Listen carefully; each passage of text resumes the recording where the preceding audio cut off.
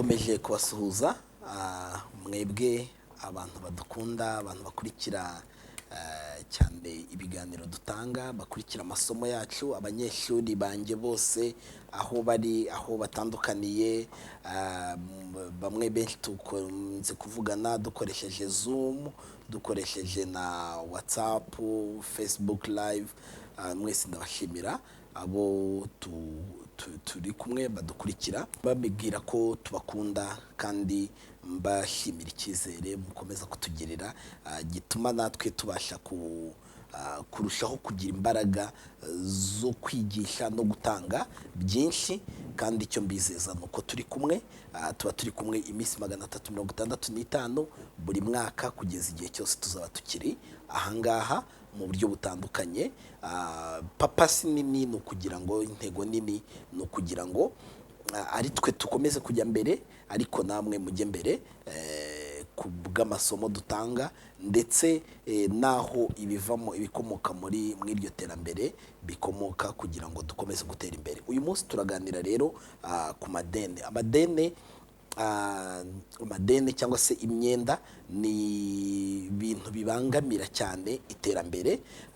Ntabwo ari iterambere gusa, bibangamira ubwumvikane mu muryango, bibangamira ubwisanzure bw'ababana, bibangamira imibereho myiza y'abana, bibangamira iterambere muri business. Amadeni iyo imyenda igenda izamuka ijya ku rwego utabasha kugera, ikuzanira stress, ishobora gutuma ugira ihungabana, stroke, ukaba wanapfa uzira amadeni. Biba ngombwa rero yuko kugira ngo ubwo tuvuga iterambere tujye tunavuga n'amadeni. Ntabwo wavuga amadeni utavuze ahakomoka. Amadeni amenshi akomoka mu gukora ibintu byose utabara, utandika ibyo ukora, ugenda umenya ngo ese ibi bisohotse gute, ibi birinjira gute. Amadeni akomoka kandi mu mikoranire itari myiza n'abafatanyabikorwa, baba abakiriya cyangwa abafourniseri, abushyira ibyo ucuruza cyangwa se ibyo ukora cyangwa se ababiguha. Amadeni kandi akomoka mu gukoresha ibirenze ibyo winjiza.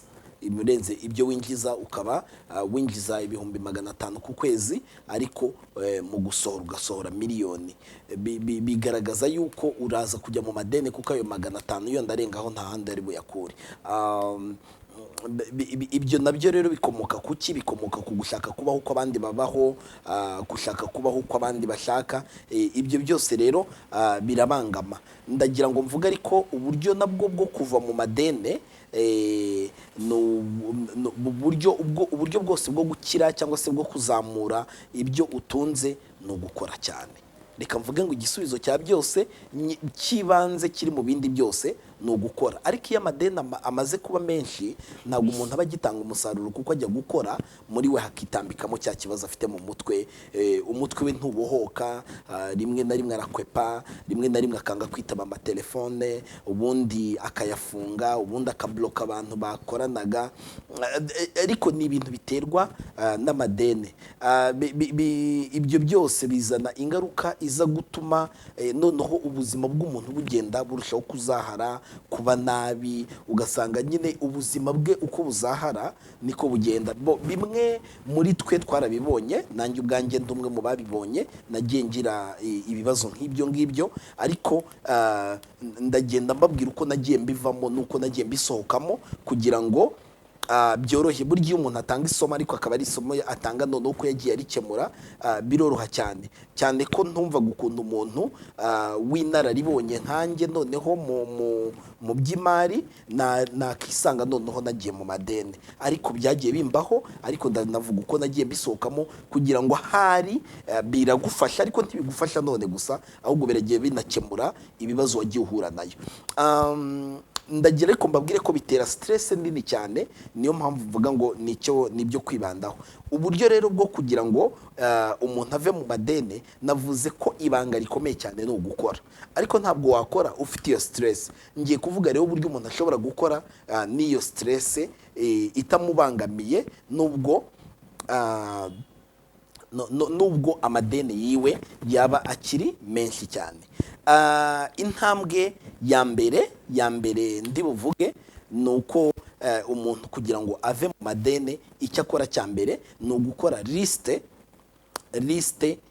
yabubereyemo amadeni. Ukakora lisite yabubereyemo amadeni. A murimo amafaranga yangaya, B murimo amafaranga yangaya, C murimo amafaranga yanaya. Ukagenda ukayandika amadeni yose, urayandika, nta deni utandika. Ni deni ry'amafaranga 1000 baguhaye ya mituyu naryo urayandika, ni deni ryo ufite ku kabotike runaka uraryandika, idene na yandi umuvandimwe wawe yagutije wa unduza utajya gustressa nayo urayandika. Abantu benshi barimo bandika ino liste, nicyo kibazo nagiye mpura nacyo mu bantu benshi twagiye tujya inama ndi kubabwira uburyo twava mu madene cyangwa se umuntu ava mu madene, usanga birengagiza ya madene y'umuntu utabastressa, ahubwo wa muntu umuhamagara buri mwanya wakandika idene rye. Amadene yose urayandika ukuri liste uko yakabaye, gutyo turi kujyana. Urayandika ukamenya umubare w'amadeni ufite. Abantu batinya kuyandika kubera ko iyo bayanditse basanga ari menshi. Akenshi iyo umuntu yanditse amadeni ye akaza kwisanga afite miliyoni, yarazi ko afite miliyoni imwe, iyo yanditse amadeni ajya kwisanga agasanga afite miliyoni 20, agasanga afite miliyoni 30, miliyoni 40, miliyoni bitewe n'abacuruza, none hari n'abagera muri za miliyoni 100.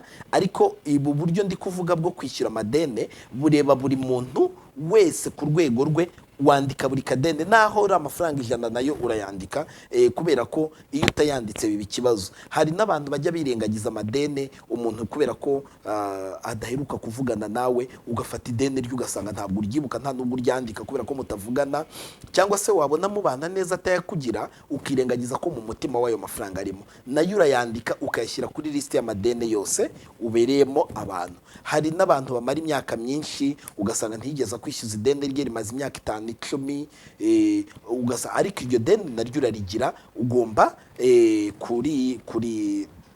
kuryandika, cyane ko iyo waryibagiwe kuri wa muntu ukomeza ku muntu w'inkundamugayo, ugaragara kuri umuntu w'umunyamafuti, w'umunyamanyanga, ku buryo igihe umukeneye ataguha service wifuza, cyangwa se igihe wongeye kugira ikibazo cyatuma umwitabaza ugasanga nta kumvisha. Mu by'ukuri ugomba kwandika buri deni ryose, na yandi wibagiwe, na yandi batajya bakwishyuza nayo ukayandika. Bon, reka tujye ku cyiciro cya kabiri. Iyo tugeze ku cyiciro cya kabiri, icyo urebaho, wibanda noneho kwandika amafaranga usohora buri kwezi. Iyo tuvuze amafaranga usohora buri kwezi, ntabwo tugiye vuze ya madeni, tugiye kwandika liste y'ibintu usohora buri kwezi. Usohora buri kwezi, tuvuge amafaranga y'inzu ukodesha, niba ukodesha, amafaranga wishyura amashanyarazi, wishyura umuriro, amafaranga y'ibyo kurya, amafaranga ukoresha kuri transport, amafaranga ukoresha kuri telefone ukominika cyangwa kuri internet, ugura za bundles zimwe ukoresha kuri Facebook, YouTube na WhatsApp na Instagram n'izindi. Ayo mafaranga ukayandika, ukandika buri giceri cyose usohora buri kwezi, ayugura ikibirita, ayugura urwembe, ayo ujyana muri salon de coiffure kwiyogoshesha cyangwa se gusokoza ku badamu, ayo ukoresha mu inzara ku badamu, y'amafaranga ya buri munsi. Hari n'amafaranga asohoka nko ku badamu bakoresha mu myenda y'isuku, y'amafaranga nubwo ubona ari amafaranga make 800 ukumva atayabura, ariko nayo urayandika ukavuga ati buri kwezi nkenera amafaranga 1000 cyangwa 1500 nkoresha mu myenda yo kwisukura, mu mwenda w'isuku. Ukandika buri giceri cyose gisohoka mu mufuka wawe, waba bigutunguye cyangwa utabizi. Iyo unagenda ukanegera imbere ukanareba amafaranga usohora hahandi watwerereye mu mafaranga woherereza abantu bamwe ujya ufasha, ugasanga hari nk'igihe umuntu aba afite nk'amadeni ariko ntibinamubuze koherereza umuntu 2,000 1,000, ayo mafaranga yose urayandika, kuko kugira ngo uve muri ibi bibazo nuko buri faranga ryose urisohoka iwawe riba ryanditse nk'uko iryinjira naryo riba ryanditse. Iyo umaze kureba rero iki cyiciro cya kabiri, mwumvise ko icyiciro cya mbere twavuze amadeni uko yandika yose uko yakabaye, icyiciro cya kabiri wandika amafaranga yose asohoka buri kwezi, nta n'ifaranga wishyura. Uko wandika kandi ni kugenda urushaho kwibuka amafaranga utanditse, niko wibuka amafaranga wakeneye utanditse cyangwa se ujya ukenera buri kwezi. Abantu batinya kwandika iki gice kubera ko ajya kwisanga agasanga yinjiza 500 ku kwezi cyangwa 100 cyangwa 50, yajya kwireba agasanga asohora amafaranga 200-300 kandi ayinjiza 50. Ibi rero atinya kubyandika. Ndabizi yuko uko ndi kubivuga umuntu atinya gukora liste, kuko aravuga ati nimbwira umuntu yuko nkora ino liste ibi bintu ni uri kubyikorera n'inyungu yawe ntubure kubikora. Icyiciro cya gatatu rero, icyiciro cya gatatu wandika aho ukura amafaranga. Ni ku kazi urabyandika, ni ku bucuruzi bwawe urabyandika, ukareba amafaranga yinjira mu kwezi nangahe, amafaranga ninjiza ku kazi nangahe. Noneho igikubiyemo, mwibuke ko twavuze ko ya madene aba yarakomotse ku kubaho mu buzima burenze ibyo winjiza. Niyo mpamvu ugomba kumenya ibyo winjiza. Ahangaha iyo tuhageze ikibazo gikunda kuzaho nuko umuntu ahita akubwira ati ariko se ko ibyo ninjiza ko amafaranga ninjiza ujya kwisanga ugasanga umuntu amadepanse yiwe arenze cyane ubushobozi bw'ibyo amafaranga asohora, ko arenze ubushobozi bw'ibyo yinjiza. Ibi rero bizana stress nini ku muntu iyo atangiye kubyandika, kuko atangira kumva yuko agize ubuti. Abantu benshi navuga urugero rwa 73% ntabwo ubu buryo bujya bubakundira. Impamvu butabakundira ariko nuko batinya kureba, batinya kubona ingaruka z'ibyo bakoze. Atinya kwandika liste y'amadeni kandi ari we wayasabye, atinya kwandika amafaranga asohora kandi ari we uyasohora, atinya kwandika amafaranga hayakomora kandi ari we uyinjiza. None ugasanga ubwo bwoba bwo kuza kubihuza butuma akeka yuko kutabyandika ari byo byamukiza, ariko kutabyandika nibyo bimwangiza cyane. Ubu rero tugiye kurebera ibyo bice bitatu. Iyo birangiye ureba, ufata amafaranga winjiza, ugafata amafaranga winjiza ugakuramo ayo usohora. Birumvikana ko iyo harimo amadene bita ko byikora. Ukora gute rero? Ndagira ngo murebe kuri iyi tablo. Tugiye kurebera hamwe rero iki ni road map cyangwa se umuhanda tugiye kunyuramo kugira ngo tubashe kwishyura. Icya mbere, ikintu cyatumye ujya mu madene ni uko utasevingaga cyangwa se utari ufite konte igufasha kubika amafaranga. Hari icyo rero cyo twita emergency fund. Emergency account, ni konte ijyamo amafaranga yihutirwa. Hari ijya kabiri icyo twita saving, konte yo kuzigama. Mugiye kureba ukuntu umuntu ava mu madene ari no kwinjiza amafaranga, ariko ibi bintu bishobokera umuntu wenyine wabashije gukora iriya liste ya mbere. Noneho iyi ngiyi ni liste noneho yo kwishyuriraho.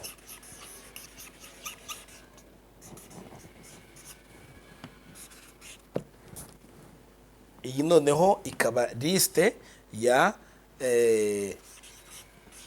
konte ya expenses.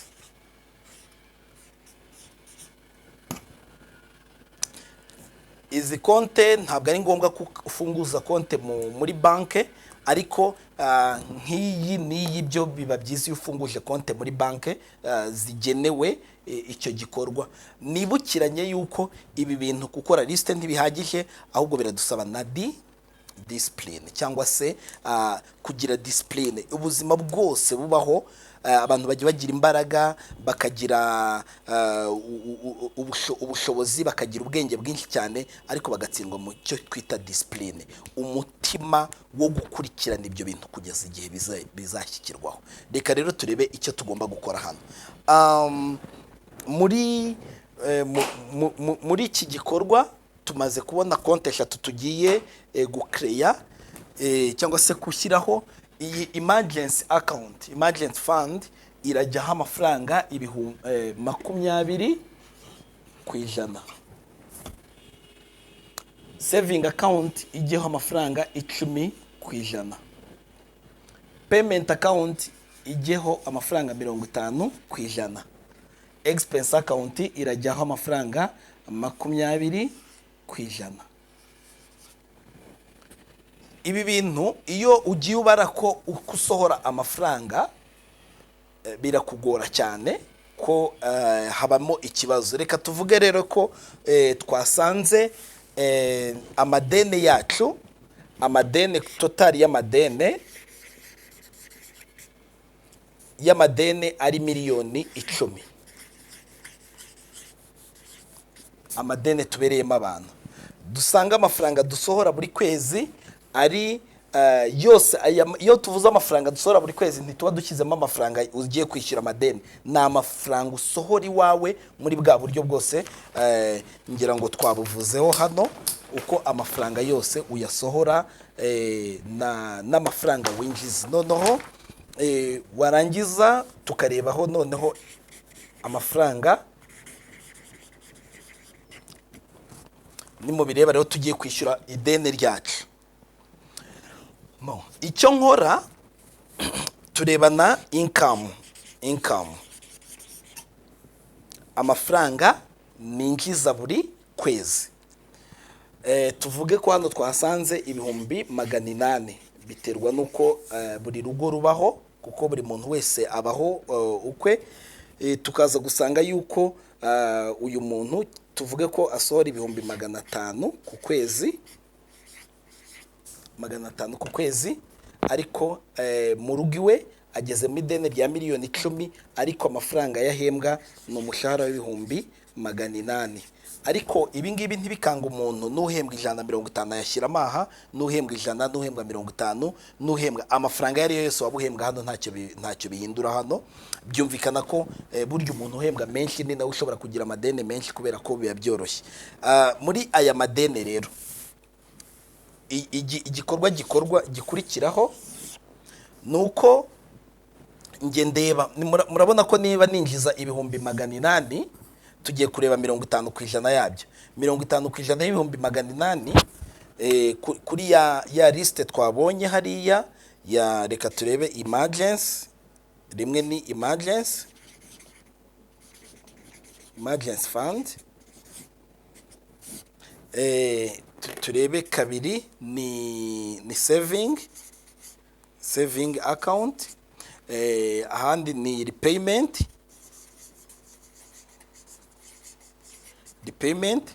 na amafaranga turebera hamwe. Noneho turebe niturangiza turebere hamwe expenses. So murabona ko kuri repayment 50% y'800 ni amafaranga 400, kuko nemeye yuko 50% by'amafaranga ninjiza ku kwezi nzajya nyishyura amadeni mbere y'abantu kugira ngo nishyure miliyoni 10. Iyo tugiye kuri saving, twabonye ko saving turi buyigenera 10%. 10% by'800 ni 80,000. 20% y'800 ukubye na 20% ni 160. 160. Twabonye ko noneho expense biragenda bite, nayo turayikubana 20%, nayo ni 160. Aya ngaya 160 kongera 160 ni 320, kongeraho 80 ni 400, yose ni yahwanye ni 800 ninjiza. liste yacu y'amadeni murabona ko ngiye kujya nishyura 400. Ndagenda rero mfate liste y'aba bantu mbereyemo amadeni. A murimo miliyoni 1. B murimo ibihumbi 10. C murimo ibihumbi 5. D ni kuri boutique mparimo amafaranga 1000. E murimo amafaranga ibihumbi 800. Aya yose bateranye nibo babyaye miliyoni 10. Aya mafaranga rero ngiye kureba se nayishyura mu gihe kingana iki. Ndafata miliyoni 10 miliyoni 10 ngabanye n'ibihumbi 400 nzajya nishyura buri kwezi. Ibi bintu biragaragaza ko niba ni miliyoni 10 ngabanyije n'ibihumbi 400 nzajya nishyura buri kwezi, biragaragaza yuko nzishyura mu mezi 25 angana n'imyaka 2 n'igice. Gutya turi kujyana. Icyo nkora ni iki rero, niba ari banke ndagenda, murabizi yuko iyo umuntu yamaze kujya mu madeni aba yatsinzwe, aba yanagayitse deje.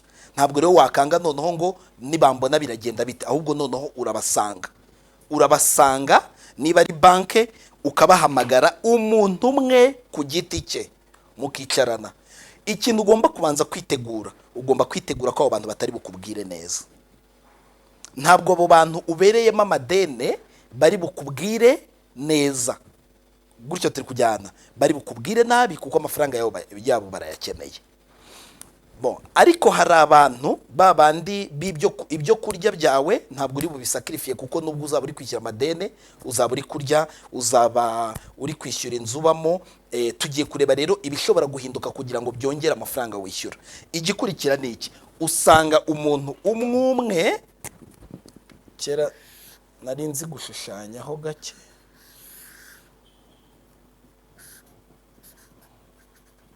Ukamuhamagara kuri telefone ukamusaba ko muhura, niba ari banke ugasaba appointment, ukababwira ikibazo wagize, warangiza ukabereka ko ukabereka icyo gihe ujyanayo, ukabereka liste y'amadeni. Iyo ujya kwishyura rero utangira kwishyura uhereye kuri aba bantu ku idene ritoya ujya ku idene rinini.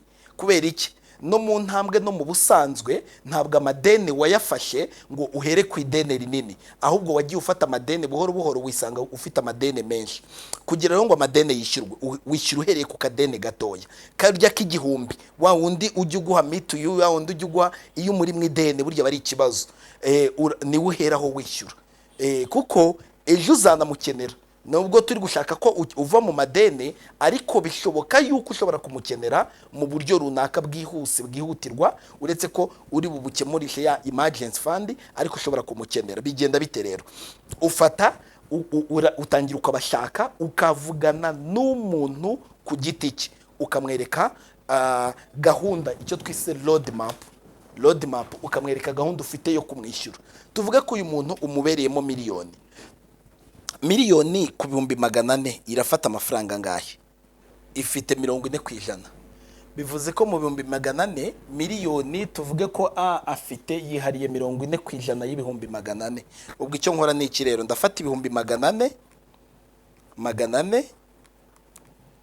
bya bihumbi 400 byacu tubikube na 40 kugabanya 100 ni ibihumbi 160. Ni ukuvuga ngo muri za miliyoni 10 uyu nguyu yihariye 40%. Twibuke ikiranye yuko aya mafaranga yateranya ukagenda none ureba ijanisha riri kuri buri wese. Uyu muntu azajya yiharira 0.1%. Uko rero bigenda ni gute? Abantu bishyurwa, mwibuke ko nta muntu bundi wanga kwishyurwa. Nujya guhamagara aba abantu benshi ntabwo harimo abenshi bazakumva. Harimo abantu bagoye cyane, yari amafaranga ubereyemo umuntu ku giti cye arakugora cyane, rimwe na rimwe hakazamo no kugutuka, hakazamo no kugutonganya. Ariko ibyo byose kubera ko ugomba gukemura ikibazo wateje, ntabwo ugomba kubyihanganira, ugomba kwihanganira ko bagusuzugura, ugomba kwihanganira ko bazagutuka, bamwe bakagutuka ukumva bagutesheje agaciro. Please ndagusaba wemere ko bizabaho. Abantu bamwe badakunda gutukana ni ibi bigo by'imari, ibigo bya Rwanda, ikigo cy'igihugu cy'imisoro n'amahoro. Ntabwo bagutuka, icyo bagushaka ni ukubereka uburyo uzishyura amafaranga yawe kandi ukabwubahiriza. Ariko abantu ku giti cyabo baratukana, ariko abandi bazakumva, kuko hari abantu bakunda abantu b'inyangamugayo, hari n'abandi bantu biterwa n'uburere cyangwa se n'ikintu ababona agiye guhomba agahitamo kugutuka ibitutsi byinshi cyane. Nubwo ibyo bitutsa gutuka bitari bugire icyo bihindura, ariko ugomba kubyakira. Bibaho mu buzima. Iyo wayinjiye muri icyo kibazo ugomba no kwemera nyine ingaruka bizaguteza kugeza ukivuyemo. Ariko nabwo aho kukigumamo bantuka none ejo nkazaba nagikemuye, gutyo turi kujyana. Ikikora ni iki rero? Urabona ko ugenda umenya noneho amafaranga kuri bya 400 amafaranga azajya ajya hahandi. Hari naho ubona ari hatoya nk'uyu 10,000, aho kumwishyura 1,600 ukabona wamwishyurira rimwe. Icyo ukora rero uragenda ukabasanga, ukabereka uburyo wateguye kwishyuramo amafaranga yawe. Bose ukababwira nkuko mbivuze, bamwe bazakumva abandi ntibazakumva, ariko nubwo batazakumva wowe uzakomeza gahunda wateguye gukora kwishyuramo. Niba ari nk'ibihumbi 5 urabyishyura, niba ari nk'igihumbi uhita ukivanamo uwo mwanya, ukagenda ukababwira uburyo wateguye kubishyuramo. Ariko niba ari nk'ideni rishobora ko bakomeza, urababwira ati mu by'ukuri nta bundi buryo mfite, ngiye amafaranga yanyu murekeraho kumpa ideni, ngewe nzishyura gutya. Ariko iyo ari muri business nabwo tuzarebera hamwe uko umuntu abigenza kugira ngo business idahagarara, abantu mukomeze mukorane, ariko ugenda unishyura igice ku ideni wari ufite. Mukomeze mukorane baguha ibicuruzwa, ariko unashyira muri gahunda yawe ideni wari ubabereyemo. Iyo rero urangije iki gice, ujya ku gice cya expense. Aba bantu nkuko cya expense rero ureba iki, uravuga ngo ese ni ibiki nagabanya, ni ibiki byagabanuka. Niba ari nk'inzu wishyuraga 300 ushobora kwivamo ukajya mu ya 200. Niba ari nk'inzu wishyuraga 200 ushobora kwivamo ukajya mu nzu y'100. Ushobora kuva mu nzu y'100 ukajya mu nzu y'50. Nta cyaha kiri mu kuba wakemera kujya mu buzima bworoheje, ariko ushaka kugira ngo uzagire icyubahiro cy'ejo hazaza. Kugenda ufite amadeni birajena, byica umutwe, byica umuryango. Rimwe na rimwe bizana n'amadivorce menshi, umuryango ukangirika, ubwiza bw'umuryango. Kuko kugira ngo uhe umuryango ibyiza, rimwe na rimwe abantu bahitamo guhunga iyo stress bakajya mu buraya, mu busambanyi bw'uburyo butandukanye, nabwo buzana izindi ngaruka nyinshi. Aho abantu bakwizera nk'umuntu ukomeye kandi uri umuntu uciriritse cyane. Ibyo byose bisaba kugira ngo ubivemo, ubikurwemo nuko wafashe ibyemezo. Iki cyemezo rero ukareba amadepanse, ukemera kumanuka. Niba ari imodoka nini wari ufite, ukaba wamanuka ku modoka yo hasi, cyangwa ukanayireka ukavuga ati nzaba ngura imodoka ariko namaze kuva mu bibazo by'amadene, ukagenda ubikemura. Hari n'ubundi buryo ushaka kuvuga ati aho kugira nkoresha imodoka ndakoresha bisi, ndakoresha tap and go, ndakoresha nzajya ni deplacer na moto, ariko making sure ko nta muntu mbere mu idene. Twibukiranye ko kubaho ufite amahoro yawe yo mu mutima biruta ibintu byose waba utunze ariko ugendera mu madene. Hari abajya bavuga ngo icyo nzaba nzanywa umuti, ariko umuti ubusharira. Ni nabyo muri kubona hano yuko umuti ubusharira. Ibyiza rero nuko wirinda. Icyo gihe rero ukora iki? Ugabanya za dépenses cyane. Ugabanya za dépenses, ukareba ibyo ushobora kugabanya. Noneho ariko hari ibintu ugabanya, ukagabanya n'ubundi ukabona ntibivaho biri. Ukabona n'ubundi nubwo wagabanyije ukabona biracyari hejuru. Igikurikiraho ni iki rero? Winjira mu cyiciro cya gatatu, cyo kureba noneho uburyo wakongera icyo bita possible income. Niki nakongera kugira ngo nongere umusaruro? Nakora iki ngo umusaruro wanjye wiyongere? Iyo wari ufite akazi ushobora gushaka icyo bita part time job. Nzababwira mu bindi biganiro uburyo umuntu ashobora gufata akazi kamuhemba nyuma y'akandi kazi yahawe. ngira ngo uko ekonomi igenda ihinduka n'amategeko y'umurimo agenda ahinduka bitewe nuko nta muntu utabibona yuko haba hakenewe amafaranga income nyinshi kugira ngo ubashe no gukemura ibibazo tugenda duhangana nabyo. Tuzaya turebera rero hamwe uburyo ushobora gukoresha amasaha meza, amasaha amwe ugakora akazi kawe ka mbere, ugakora n'akandi kugira ngo wongere umubare w'ibyo winjiza. Ushobora kugira icyo bita side hustle, aka business ku ruhande kakwinjiriza, ariko umuntu aribaza ati ese ni gute na create business kandi ndi mu madene? Ibyo nabyo tuzabiganiraho, ariko no gushaka uburyo wakongera umusaruro w'ibyo winjiza. Birumvikana ko ni wongera umusaruro w'ibyo winjiza, ya package hano nugabanya, hano na amadene cyangwa se amafaranga dusohora ku kwezi, nugabanya amafaranga hano haziyongera, hano zakuramo, hano hiyongere. Ni wongera income zawe zikiyongera, zizahita zongeramo, hano ni plus, wongera income, amafaranga uzajya wishyura akagenda nayo yiyongera. Avantage rero iyi systeme ni iyihe?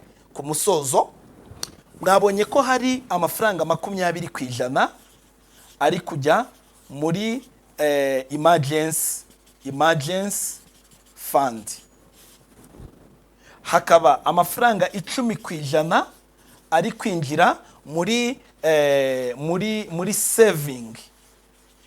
saving cyangwa se mu kuzigama, hakaboneka amafaranga 50% ari kwishyura amadeni, hakaboneka amafaranga 20% ari kugenda kuri expenses zo mu rugo. Donc amafaranga asohoka buri munsi mu rugo y'amadene, niko ngenda nzamura saving, nzamura na emergency fund. Birumvikana yaragabanya, aya ngaya yahoraho ntabwo uzayasibanganya, ariko idene ryanjye bizagenda bite? Nyuma yo kwishyura amadene yose nzaba mfite 0 mu madene, ariko mfite n'amafaranga nizigamiye. Twajyanye ya mafaranga nizigamiye azagumaho, ya mafaranga nizigamiye agenda akomeza, agenda azamuka. Ariko iyo yazigamye ntuyakoreshe neza, bikugendekera bite? Nayo urayarya. Bigenda bite rero? Ano mafaranga ugenda uzigama agufasha gukora icyo twita noneho investment.